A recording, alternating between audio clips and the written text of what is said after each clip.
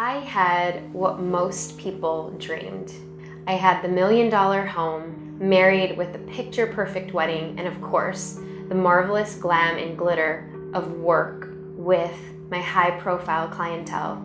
That was the life I had lived for quite some time. I was raised by a traditional Filipino Indian family, which always taught me that perfectionism and educational success and excellence was the most important thing in life.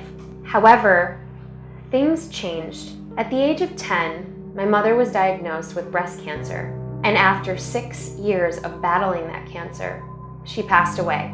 Life had to go on, and now the responsibilities as the only woman left inside the house. As time went by, much of the grieving that we thought subsided, and just like it felt like we can breathe again, my brother DJ, he was the joy of the family that kept us living on. And one day, his lungs collapsed over his heart, and he died immediately.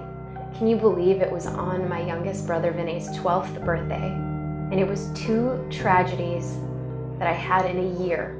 Our entire family was in shock. We were paralyzed.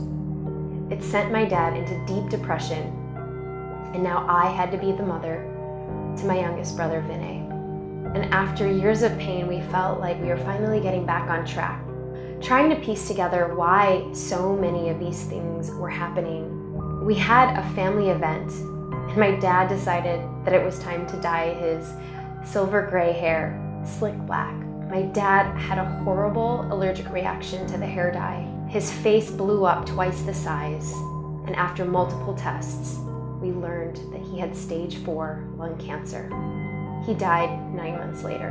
So after losing my mother, losing my brother, and then losing my father, I had my youngest brother left, and I was an orphan at 19. You see, the perception of having it all doesn't always seem like everything, when on the inside, you're actually trapped and confused. After I finally had the courage to leave my marriage, my home, and the life that came along with it, I finally felt free for the first time in my life.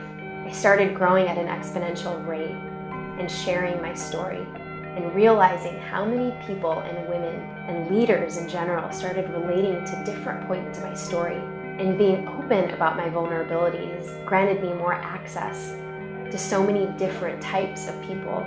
With the implementation of emotional grit and resilience, several leaders and game changers, local heroes and CEOs started to ask so many more questions of that foundation that I was building. Never in a million years would I have thought that that girl who thought she had to be would make it out on the other side. And today I am so humbled to share that the commitment of bringing out revolutionary game changers in this world is to help millions of other people lay that foundation of their emotional grit, of their stories.